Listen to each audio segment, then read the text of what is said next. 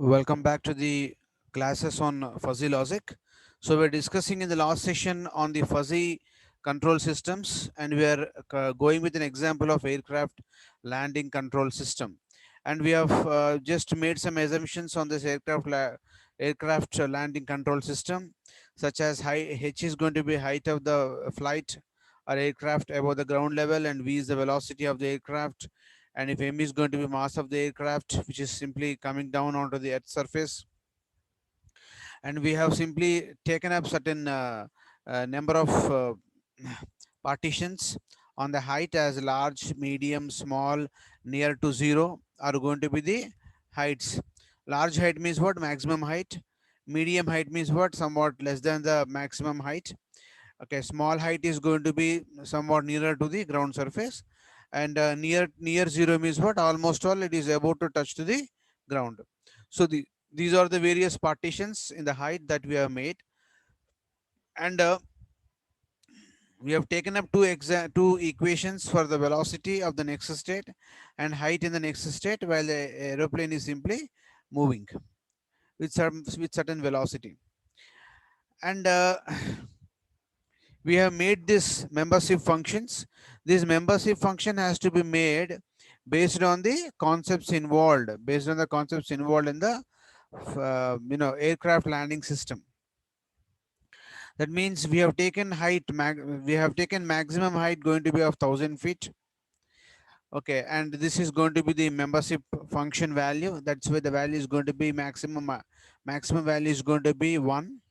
So the membership values are going to vary from 0 to 1. So therefore we are taking it 0 to 1.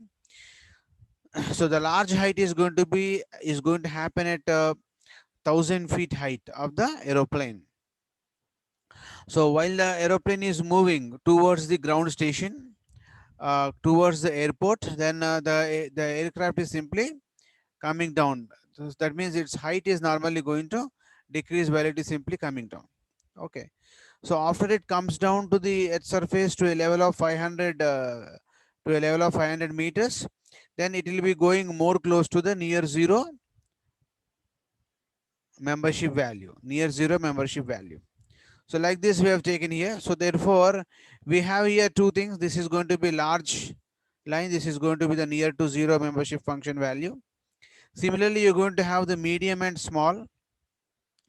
What is medium height? Medium height will be less than the maximum height. That is the large height. That is my large height we have taken as 1,000 feet.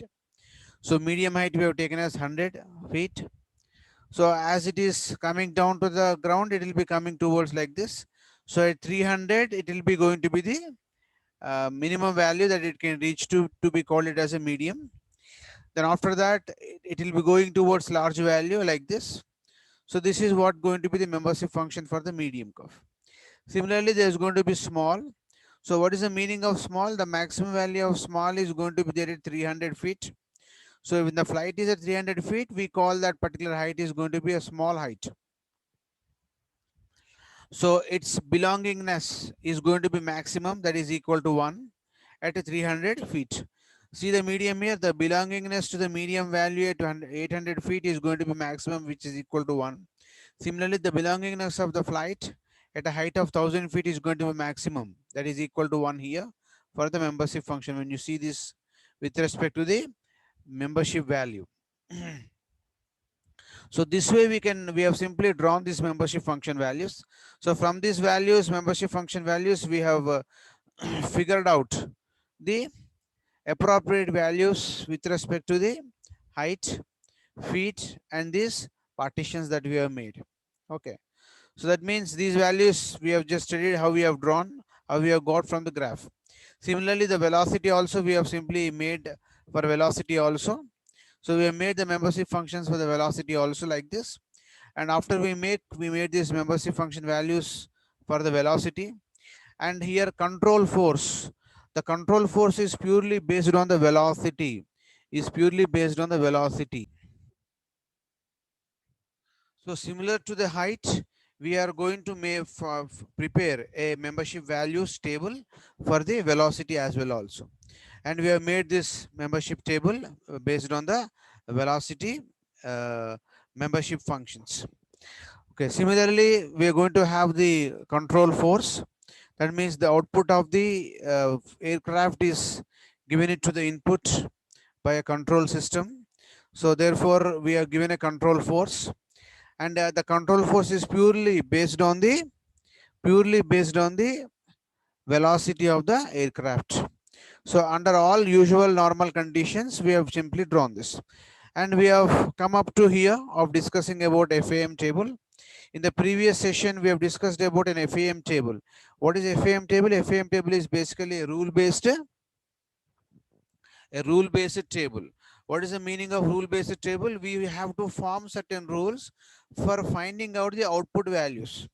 For finding out the output values with the two input parameters. So in the previous class, we have seen that. Okay, we have seen that how to form a rule based table. Okay. So in the previous session, we discussed about a rule-based system, a canonical form. This is the canonical rule-based form of the fuzzy relational equations. So based on this canonical form, which is based on some rules, something like if x is going to be the input and y is going to be the output. If x is a dash, then y is b dash. If x is a to the power 2, then y is b to the power 2. If x is a to the power r, then y is going to be to the power r. So like that, we have made this canonical form. Based on this canonical form, we have made this particular equation. Now this is nothing but a FAM table for a two input single output fuzzy rule based system. So usually this kind of question will ask for 2 marks. So that is why I gave this question in our exam just now, which is going to be there tomorrow. So you have to draw this particular table called FAM table for a two input single output fuzzy rule based system. So this table we have simply figured out based on the rules on the above table. So like that, we have made, that means here we have how many inputs? We have 7 inputs, and A has got 7 partitions, B has got 5 partitions. So 7, it is going to be 5 into 7 into 5 into 7 or 7 into 5 will be equal to 35. That means there are going to be 35 possible outputs we normally going to have, but among this we'll be getting only 21 outputs here. Some of the outputs are not going to be taken into consideration as they may not be close to the desired responses, so we may neglect them. So therefore, this is going to be the basic FAM table for a two input single output fuzzy rule based system. So this is what the rule based system we discussed in the last class. So based on that, we have come to a conclusion here like this. Okay, and we have taken one example of y is equal to 10 sine 10 sine x1, and from that particular thing we have just simply made this FAM table. Okay, so we have developed this FAM table. So similar kind of FAM table has to be simply developed from the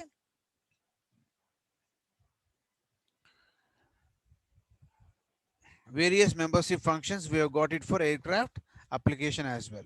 Okay. Similar to the above example that we discussed in the previous class, so we are going to make a FAM table here as well. See the outputs here. What will be what we are going to get? Output is going to be z here, z here, z here, z here. So here output is going to be z for all these combinations of the inputs. That means if height is equal to L, and dl is equal to, and velocity is equal to dl, and r if height is equal to m, and ds and velocity is equal to ds, or if height is equal to s and velocity is equal to 0, if height is equal to non near to 0 and velocity is equal to 0, then the output is normally equal to 0. So these kind of rules will be getting from the engineer of the aerodynamic field. So from those specifications, we have to get these particular values. So based on that rule base, we normally going to form this particular output table. Okay. Now, next one is going to be you have to figure out about the height of the system, how it is simply coming down. So here to find out this, here we are normally repeat this process for 4 number of cycles. Okay, so we are already developed, we are already discussed about an equation for height and a velocity. So what is the equation that we discussed along for height and velocity? For velocity, vi plus 1 is equal to vi plus fi, and hi plus 1 is equal to hi plus vi. Okay, so these are the two equations we developed in the last class, and we'll try to just simply expand those equations to figure out the height of the vehicle after 4 cycles. So initial height is taken as equal to 1000 feet. That is the maximum height we are starting with. And similar initial velocity of the aircraft will be equal to minus 20 feet per second. So that means if you see this velocity is here minus 20. Minus 20 feet per second is the velocity of the aircraft. So after 20, the velocity is simply coming towards minus 10. It is decreasing, coming towards minus 10 for us. So therefore, this is the verge before which the velocity could be whatever it is, but it is taken as a down large velocity. So the initial velocity will take as equal to minus 20, and initial height is going to be equal to 1000, which is going to be the large height, considered to be the large height for us.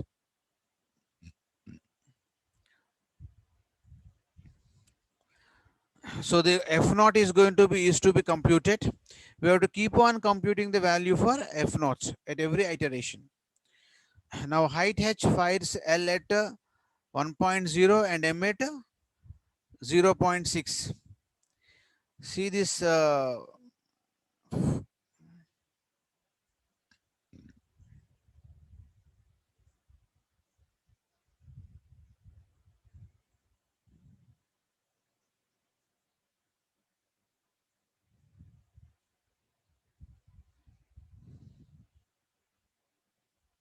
So what is the thing that we have made here? Let us see. Height h fires L. L means what? Large level of the height at 1.0. That means at L is equal to 1.0. If you see carefully, this is L is equal to 1.0. The maximum embassy function 1.0. I'm having L here, and this L is simply coming down. So this is simply going to get fired here. And similarly, for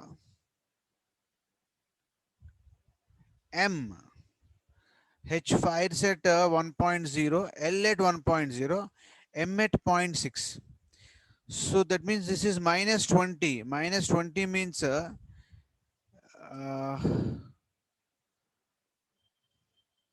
okay.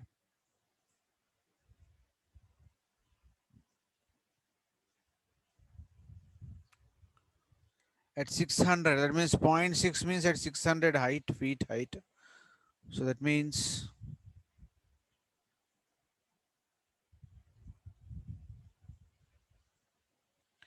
600 feet height. If you see, this would be reaching around 0.6, 600 height. This is be at 0.6. So this is up to here, it is taken as equal to M. That means M is going to get fired. Before M is going to get fired at 0.6, we have taken. L we have taken as 0.1. So some approximation that we have made. So velocity V fires only at DL is equal to 1.0. That means we have made this results here. L is 0.1 and DL is 0.6. Velocity DL is 0.6. So that has taken two approximations here, because this entire curve for M, if you see this curve for height, this entire curve is for M only. This particular triangle is for M. So for this triangle, we have taken those approximations to figure out the values. So let us go through the values. L and DL is equal to Z. LDL is resulting into Z, no? So that's what we have written it here, Z. And M and DL, MDL is resulting into US. MDL resulting into US. Okay. So that means these are the values which we normally going to have it here. That means we map these values from this particular table, FAM table, fuzzy associative memories table. So that means here, whichever is minimum among these two, okay, that is what the point, that is what the level of the output we write it here. So this is 0.6, this is 1. So we'll write here it's 0.6. So we defuzify using the centroid method and get f naught is equal to 5.8 here. So that means using these two, you have to find out the defusified value f naught. So this is the output force computed from the initial conditions. The result for cycle 1 appear in the figure 13.12. See the figure here. So we got Z here and we have US there. So if you see carefully, US is having the value at 0.6, Z is having maximum value at 1. So that's how we write it here. This US is having maximum value at 0.6. This is at point, this is at 1. So these two are the triangular functions for Z as well as this US. So this the centroid value for Z is going to be 0. The centroid value for US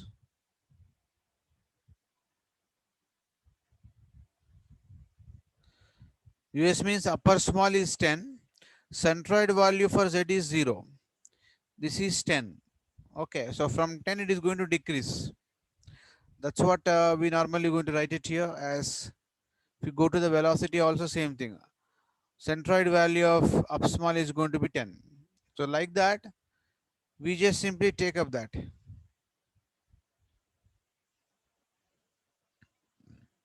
This is 10. This is 0. From 10 to 20 it is going. From 10 to 0 it is going. From 0 to 10, 0 to minus 10 is going. Now you have to apply union of these two. How do you find out fussification? Simply you perform union operation on these two functions, and we normally going to get like this, the function value over here. That is up to here it is 1. When you join here, from minus 10 to 0, it will be having 1 here. Then from here to here, there is a 0.6, there is a change here. Then once again, it is increasing. Now, when you add up these two, you're normally going to get this kind of a graph.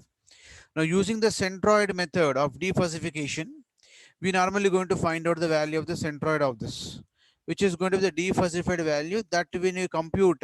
So, we normally going to get f naught is equal to 5.8. Now, how do we get that actually? Let us see. Already we discussed about a centroid method in the previous sessions. In the previous session, we discussed about finding out centroid value for such three functions. Okay. Now we have simply added up all these functions. Once you add up, we normally going to get it like this. Then we apply this formula throughout to find out centroid value of this particular function. So finally, we have simply got the defussified value. By solving all this bigger problem, we have simply got this Z star going to be called as a defussified value. Okay, similar to this particular analysis, we will be getting here also. Okay. So similar to the previous method of what we discussed, using centroid method, we have found out the defussified value of this entire fuzzy set. So by doing so, we normally going to get f naught is equal to 5.8. So that is what one of the value which we normally going to get it here. So that value is nothing but your f naught is equal to 5.8 lb. Then after this first cycle, for going to second cycle, we have to find out second cycle f naught 1. So h1 is equal to h naught plus v naught, v1 is equal to v naught plus f naught. So h naught plus v naught, what is v naught we have taken? Minus 20. So 980 feet. v1 is equal to initial value minus 20. So what is that we have computed f naught as just now? 5.8 as a centroid value, and we have got this particular value. So next, for next iteration, what is the initial height now? It is going to be 980 feet. 980 feet, fire set L is equal to 0.96. And at 980 feet, M is equal to 0.64. So simply go back to the previous one.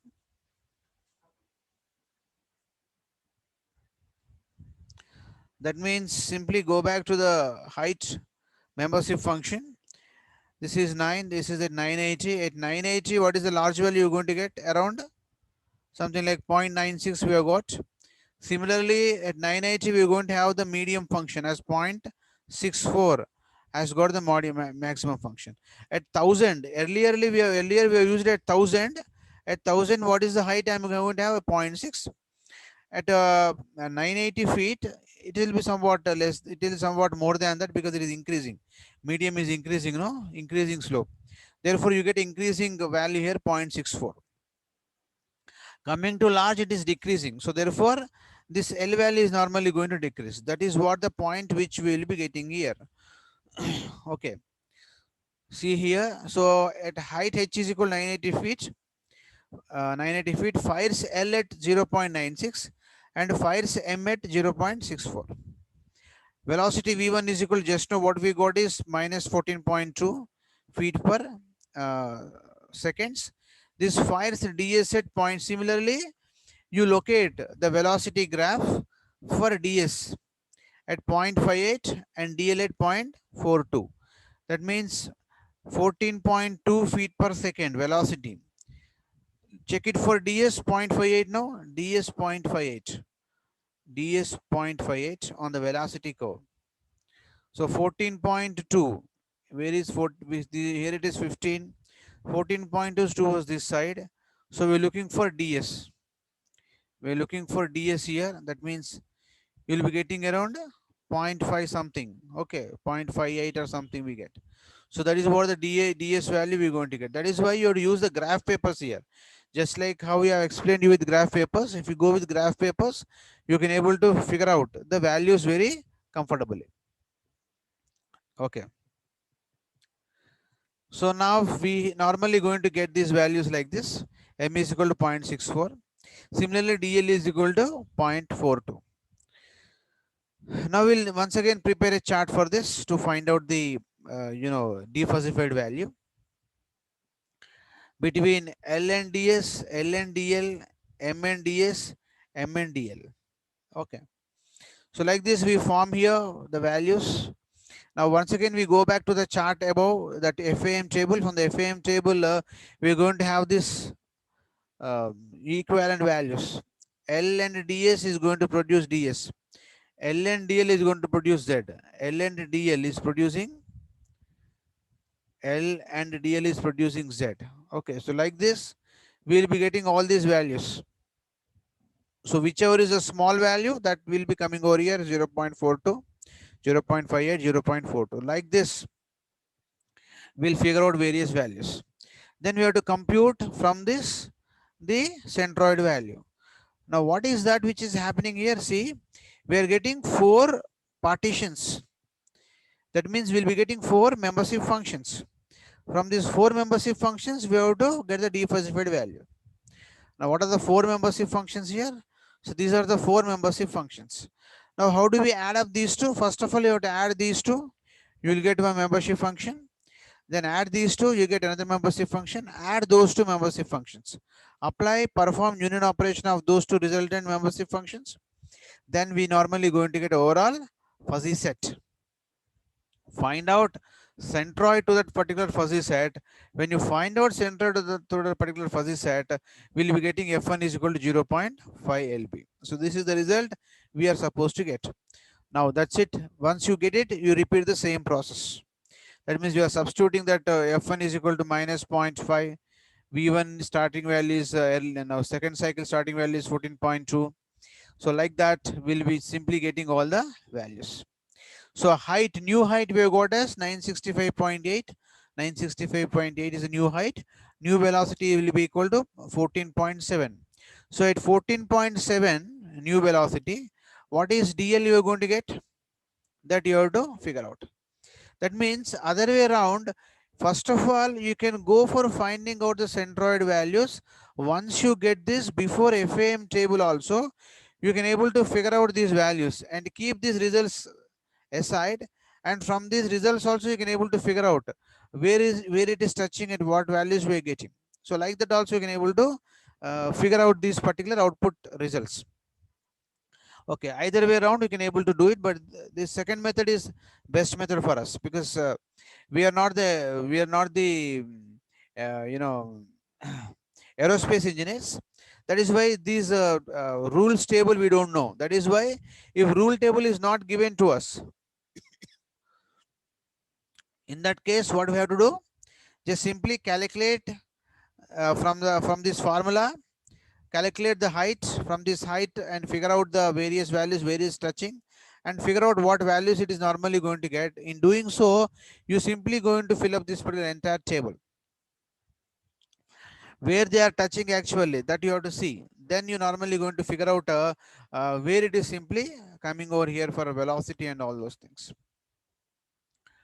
Okay, so that is what one method, reverse method engineering we can do. If that is given, then no problem, directly from that we can able to figure out all these things. So like this, we'll find out once again four more. Here also we got four outputs. That means four membership functions. From each two membership functions, we'll get one membership function. By adding those two, we normally going to get one more membership function. So like that, we'll be getting all the values. So once we get all the values for 4 cycles, what we are going to do now? We have repeated this operation for total 4 cycles: cycle 1, cycle 2, cycle 3, and cycle 4. After we start from initial values of 1000 and minus 20 as the height and velocity, we have started with this. So if you see, as height is decreasing, velocity should also decrease. There are some little bit variations in the velocity. Okay, that will be there practically. So therefore, you're almost all getting a curve like the velocity is decreasing as the height is decreasing. Okay. So, and also the force we apply, the control force you apply to the system or a plant or a aircraft is also decreasing in proportional to the velocity. Therefore, the height is decreasing. That means height and velocity are interdependent based on this particular control force. So this is how we normally going to designate about or find out the height, velocity, and control force of the aircraft control system. Now, what is going to be the block diagram for such a aircraft control system that we can think of? The block diagram is going to be, already we discussed about a block diagram earlier. So this is the block diagram in general that we have discussed earlier. So the same block diagram, or else you can use this diagram basically. So using this diagram, we can able to simply replace all the values whatever we got it for aircraft over here. Okay, so this is, once again, this is going to be the general block diagram for the aircraft, or in fact for that matter, whatever maybe the application it is, using fuzzy logic control system, this is going to be the basic block diagram. So this is what the thing which we have, which we are normally going to have it here. Then next important concept is going to be the process control, fuzzy engineering process control. Now, what do you mean by process control? Process control is normally applied for a complex systems in the industries. So here, engineering process control are known as automatic control of physical processes, is a rather complex field. That means automated control systems can be done, can be designed by using the fuzzy systems. So here, simple concepts from classical process control in order to provide background for fuzzy process control systems has been used. So since fuzzy process control systems can be very complex and diverse, we present only little bit of information here to provide introduction to this very interesting topic. So we first discuss the classical PID controller and then some fuzzy logic controllers. Okay. So there are going to be two types of control systems. One is going to control problems or control systems in the fuzzy logic control systems we have.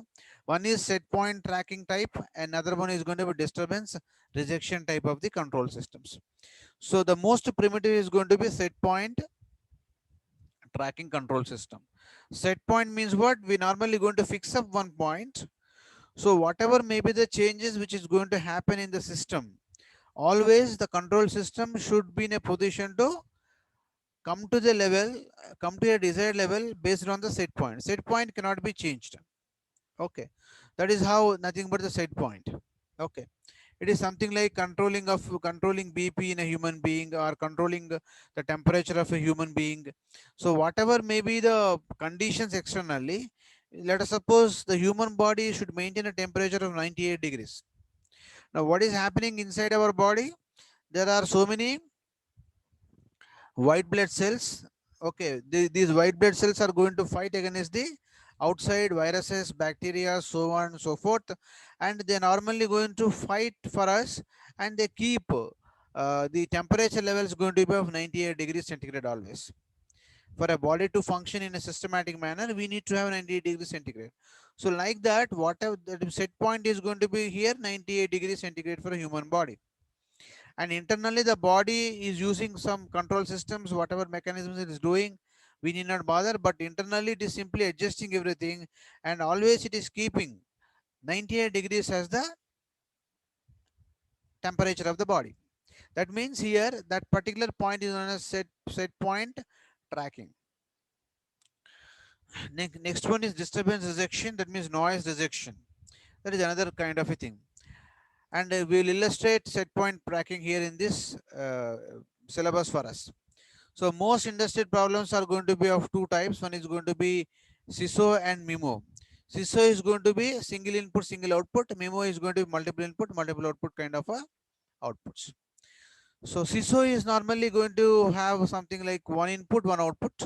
See here, set point is one input. Output is going to be only one output. So this example has been, this is a simple control system. This is nothing but a plant. So we may consider this plant is going to be like a overhead tank. Say for example, there is a tank for us. This tank is going to have single output, single input. And here the thing is that the problem which we can take here as something like this plant is, if it is taken as a single input, single output overhead tank, or any other water tank for that matter, the water level in this plant, okay, imagine this particular tank is going to be at a height of 10 feet in my imagine.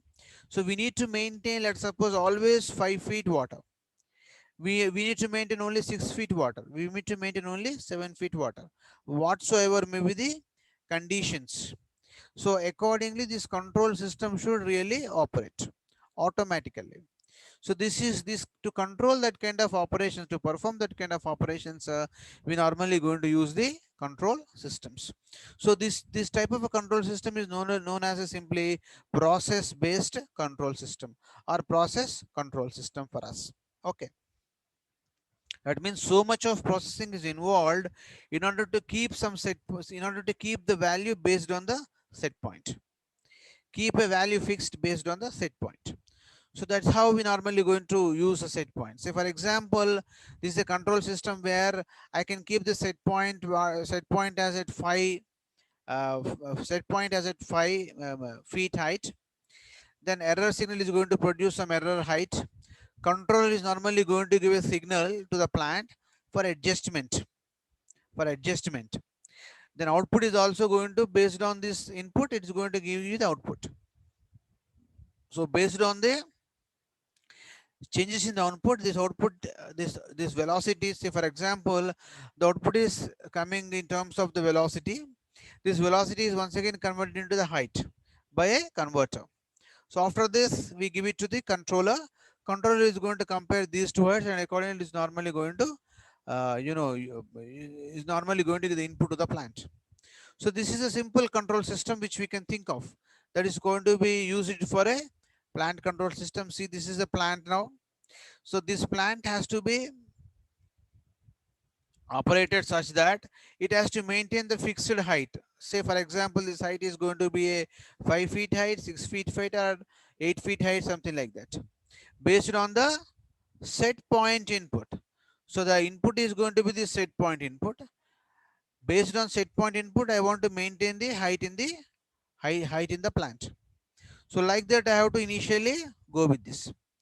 So this is what the conditions, this is what the problem that we going to have for the plant control type of the system.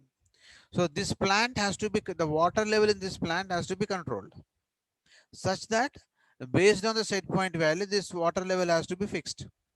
If set point is 5 feet height water will be maintained.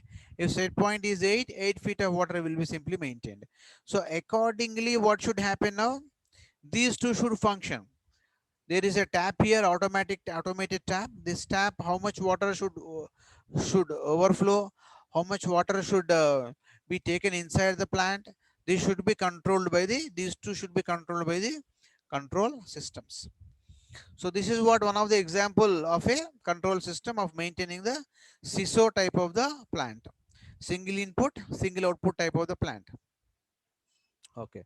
So this is what you need to explain here in the exam about the CISO kind of a plant control system for us. Okay.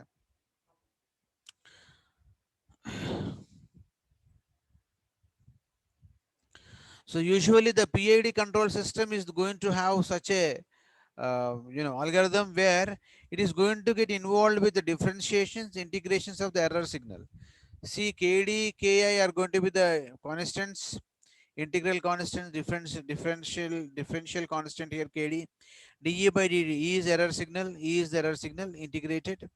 Okay, and there is a system constant here. So like this, by using all these things, we normally going to get the control input to the plant. Okay. So like this, some equations we'll write and we'll put a control system. And what is our objective? Objective is to maintain a constant water level in the tank. Whatever may be the external conditions, we don't bother, but it has to maintain the constant water level of say 5 feet, say for example. So that means here differentiations, integrations that we are going to do.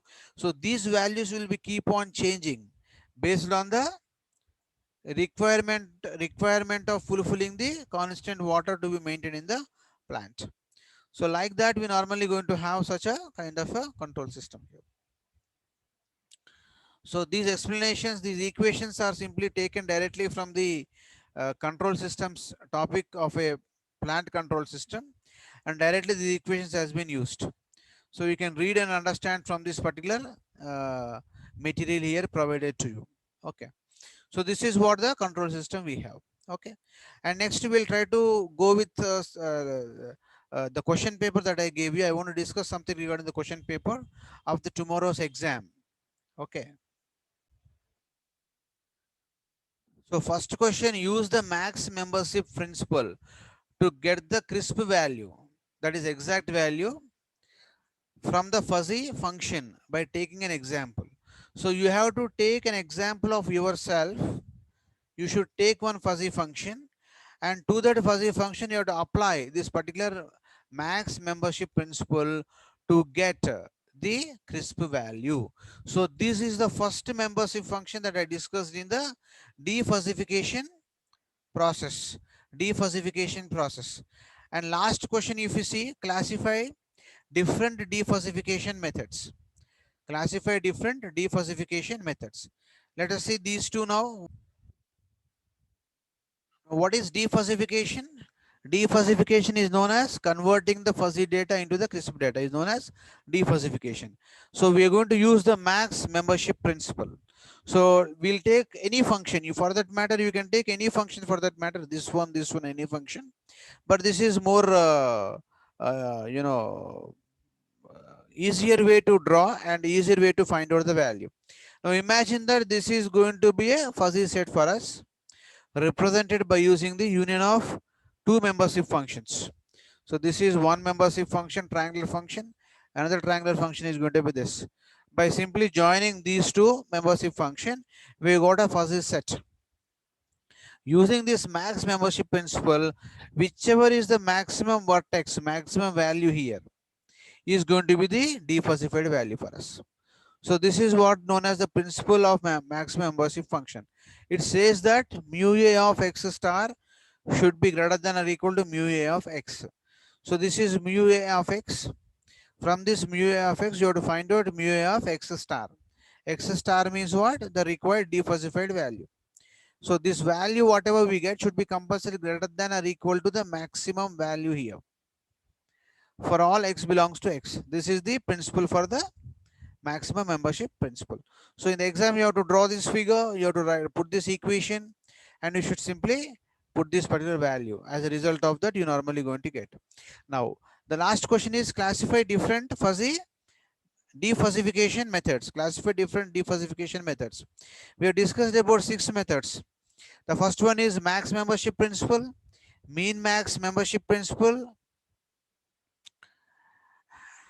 and next we discussed about weighted average method as a third method, center of sum method, center of sum method we discussed. Then next is first of or last of maxima, first of or last of maxima method, and last one is the center of largest area method. So this is the method we used in the aircraft application to figure out the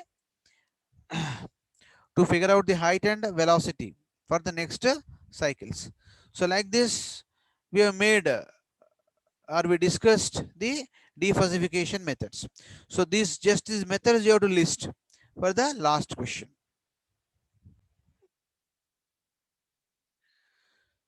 Next, let us come to this LAQ questions.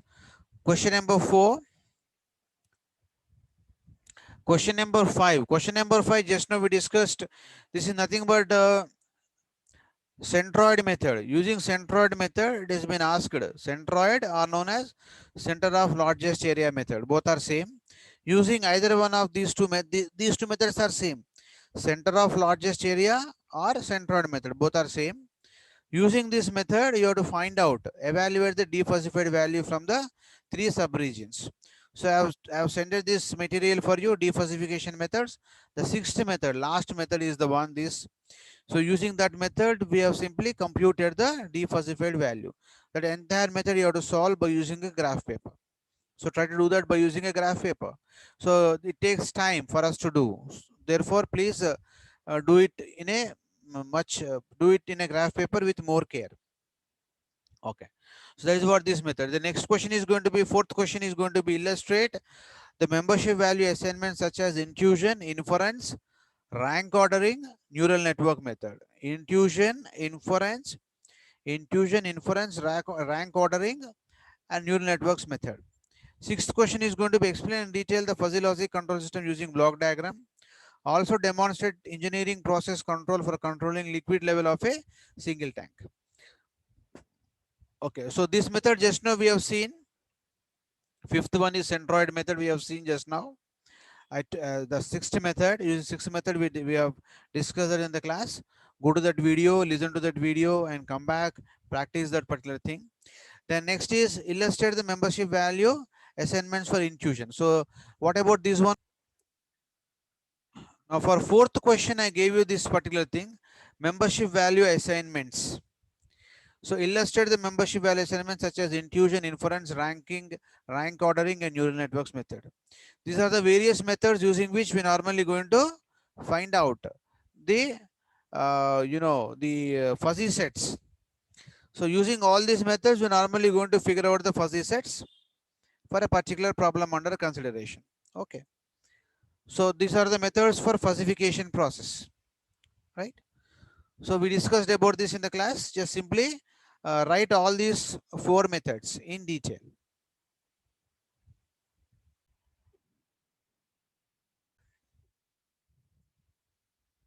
So for the second question in the SAQ, we just simply go to the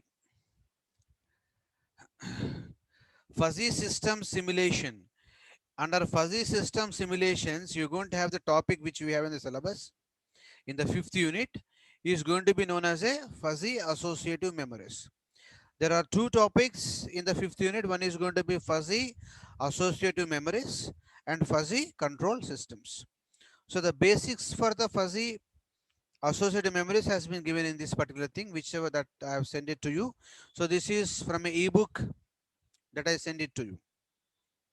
So just to go to that particular fuzzy associative memories, then in that fuzzy associative memories, I just explained you about this particular thing. There is called FAM table for 2 input, single output fuzzy rule based system.